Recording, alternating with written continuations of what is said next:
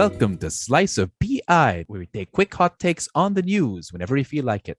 I'm your host, Matt, and with me is my co-host, Borge. Wala eh. Wala eh. Wala Nasurpresa ako. Surpresa din. PI nyo. Yeah. PI nating lahat. Board here at your service. Yes, that through curveball. Akala mo meron na. Wala eh. Actually, we have just took a quick break out of our hiatus, a break from our break, just to, try and condense and, decompress from a busy news week we had last week, A lot of things happened last week, right? Yeah. Dami, too many things. You Very had political. You had the candidates filing their candidacies, and you had surprise candidates popping out of nowhere. Mm-hmm. Oh yeah, but this prize is not about that necessarily. But another big thing that happened for our country is the first Filipino laureate to be given a Nobel Prize is Maria Ressa, the founder of Rappler. She has been particularly well. What did she do exactly for the country? First and foremost, she founded Rappler. She's a relatively independent news body. It's not really part of the mainstream mass media. And of course, Maria Ressa suffered repression from the government for the past few years. Oh, yeah. I guess because she was one of the toughest critics facing the Duterte administration. So I think she won the Nobel Prize for defending, first and foremost, human rights and free speech. Yeah, and it's a big deal because the Nobel Prize is normally reserved for like the top scientists and the great inventors, and of course sometimes it's like the great works of literature, like the great authors like Thomas Mann, or even musicians like Bob Dylan. Which to be honest, his music is hit and miss. I mean, you love All Along the Watchtower and like a Rolling Stone, but I mean, he's not for everyone, But here's the thing: the Nobel. This is not just any Nobel Prize. In fact, this is a different category.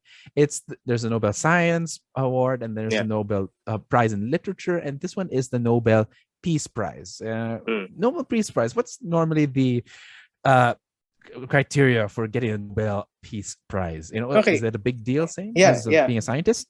The thing is, again, the Nobel Peace Prize came out of course, the efforts of Alfred Nobel, the inventor of the dynamite. So when he realized that his dynamite is imminently political or politicized, basically being thrown at other people, so he established the Peace Prize for the sake of humanitarian values. That's the first set of values, I think, during the earlier Peace Prizes. But eventually, as we can look at the list of Peace Prize awardees through time, it became the embodiment of liberal values.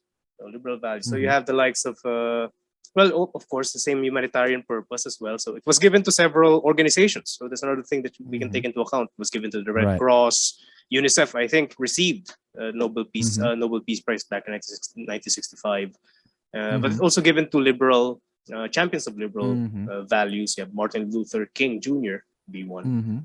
Right. So it's funny thing is that it's being usually awarded by Switzerland. Am I right? Like, no, Norway. Norway. Oh, right. Norway. Well, Norway, like most Scandinavian provinces, are more neutral than other countries. Am I right in saying that? Norwegians more neutral. Well, they have their own share of being involved in European politics. I mean, Norway was under the Nazis, first and foremost. So I think that I think by being under the Nazis, I think that more or less drove the direction of the Nobel Peace Prize towards more liberal ideas. So yeah. And I believe there was, the thing about the Nobel Peace Prize is that I think we discussed this. It's different from the Science Prize because there are standards in science, and in literature, the same thing. There's usually a set of criteria. Like you have to produce great works of literature. For the Nobel Peace Prize, it's different because weird thing is that President Barack Obama, was barely a year into his office, and he was offered the Nobel Peace Prize, being the first African American person to win White House, as president. So I'm like, Yeah, I mean, it's a bit premature, but it's more of a symbolic victory. So the Peace Prize seems to be the most political prize compared to the others. Yeah, and explicitly liberal, as you said. Yeah. Yeah. Um, the weird thing is that this Maria Ressa is not the first Filipino to have been at the very least nominated. In fact, you have at least, well, there's two Filipinos who were a part of the Abolish Nuclear Weapons group. They're part of an organization that tried to abolish nuclear weapons. Jasmine Galatze and Loretta Castro.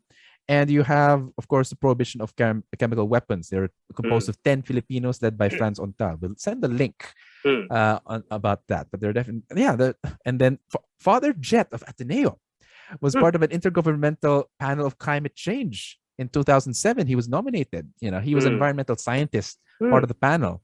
So, but he didn't manage to win, but Maria Ressa did. And so the question is, given the political nature of this award, granted, it means a lot to a specific kind of politics or specific people, like liberals, those who are for peace, globalization, and liberalism, democracy. Do you think that Mayor Ressa deserves this award? Granted that there are a lot of people who believe that she doesn't. Our own government who has been silent, and of course, our washed up. Well, our national artist, not washed up. And that's actually Jose wants the literature prize. So, but he also responded to Maria Ressa's award. But does Maria Ressa deserve this one? Again, it's the Peace Prize is basically virtue signaling, especially during times of crisis or after times of crisis. So as of now, I think the committee probably saw, again, the democratization, liberalization, the breakdown of liberal institutions in the Philippines. And again, Maria Ressa also won this along with the Russian journalists, just to take into account. So Dmitry Muratov, journalist now in Russia. So their citation is for their efforts to safeguard freedom of expression, which is precondition for democracy and lasting peace. Again, a liberal value. So does she deserve this one? I think the Times, the Nobel Prize Committee responding to the Times, as far as liberals are concerned, she deserves it. She deserves it. Is it a thoroughly objective award? No, not necessarily. These awards, the notion of awarding itself is not supposed to be objective. It's supposed to advance a specific value. So for this time, the value is liberalism. So liberal values in the face of authoritarian regimes. In 1993, you have Nelson Mandela and Frederick Willem de Klerk winning together for their work on the apartheid regime, so the breakdown of the apartheid regime in South Africa. Next year, Yasser Arafat and Yitzhak Rabin won it for ensuring peace in the Middle East. So again, virtue signaling, it's fine. It's part of the nation, the nature of awards. You don't award anything for the sake of anything. So there's supposed to be a specific set of values. So yeah. I mean, the common criticism that it is dilawan. Well, let's just say that, of course, granted, it is meant for people who espouse liberal values, but not everyone in the Liberal Party is as liberal as Maria Ressa, to the extent that some are just partisan politicians. I'm sorry, but in that case, while she does serve a political agenda, that agenda is not limited to certain elite interests, but also in general, admittedly. Is she perfect? Probably not. At the same time, clearly she managed to get caught, several times she was jailed. Rappler was almost closed a few times, but it's still standing. And while Rappler is, how do I say this? Hit and miss in a bit, they try to be objective. They're a alternative media source compared to the established ABS-CBN, but since ABS-CBN has been crippled because of the end of their franchise, Rappler has been the main bastion of liberal news. But it is what it is, and it has given people hope. There's a lot of traffic with what Rappler's done. It may not be outright completely objective, but it's quality journalism that we have right now. I think it's just an addition. I think the Nobel Prize Committee should have awarded the Peace Prize to Rappler itself. As an organization. Yeah, as an organization. I think that would have been better. That has another set of problems, because are you saying that everyone who writes for Rappler deserves the award? Well, you're awarding. It's only been around. You're awarding the organization. It's only been around for a few years. In it. Well, true, but Maria Ressa has a much longer career. In fact, well, she had involvement, I believe, in ABS-CBN, even in during, if I'm not mistaken, in political revolts in Indonesia. So she has a long career in, well, pro-democratic, journalism. So far longer than before she founded Rappler. So I suppose that deserves a bit more. Whereas if you give it Rappler, that I think they'll even be louder because Rappler while it has been done a lot for these past few years, it has been only a few years. So that's where it's a bit more, it's possible, it's plausible, but there would be more problems, because are we saying that every single columnist on Rappler is worthy of being a Nobel laureate? Like I know someone who's again, doing like movie reviews there. It's like you're hit miss, you're awarding it as a platform, not the people in sure. it. I don't know. I mean, the way that they can, how you say, people can say, well, if you're writing for Rappler, you could be like, I'm part of the Nobel laureate Rappler. So it's how you say, it's a bit dangerous. So it's a bit, at the very least, it's a bit less ambiguous when it comes to like one individual whose contributions span beyond Rappler. Or hence it reflects a distrust towards the entire society of the Philippines. Such an organization can be infiltrated by non-liberal entities, hence it does not deserve any award. So that's why. That's why even that's what. Well, if you notice, most of the other Filipino nominees were organizations, and yet they didn't win.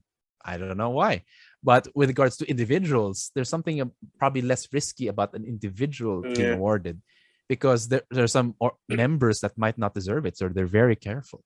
Some are more deserving than others. So even individuals are questionable. I mean, come on, Theodore Roosevelt won the damn thing simply because he mediated the peace between the Russo-Japanese War. Then again, we know Theodore Roosevelt. Yeah. He invented the teddy bear. No, I don't know. But he was the basis of the teddy bear.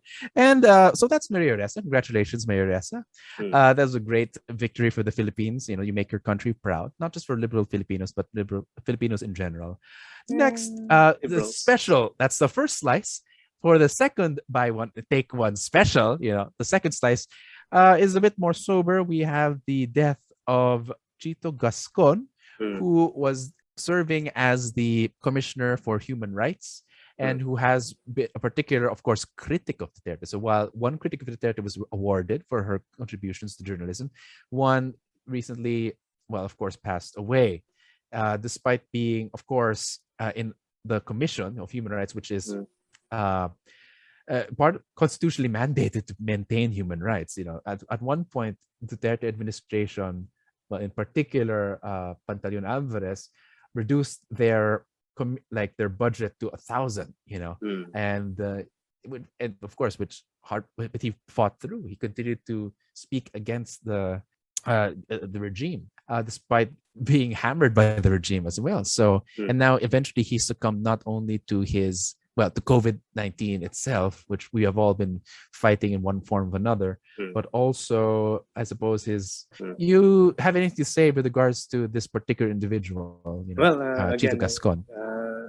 Sir Gascon is, of course, a great loss to the liberal sectors of our society. So I briefly worked with him. Again, he also worked in the LSU as part-time faculty. So we engaged during departmental meetings, and again, we see the embodiment of one type of charisma that is unassuming yet captures everyone in the room. So, and again, his conviction regarding the value of liberal thought in the progress of our country is, of course, unquestionable.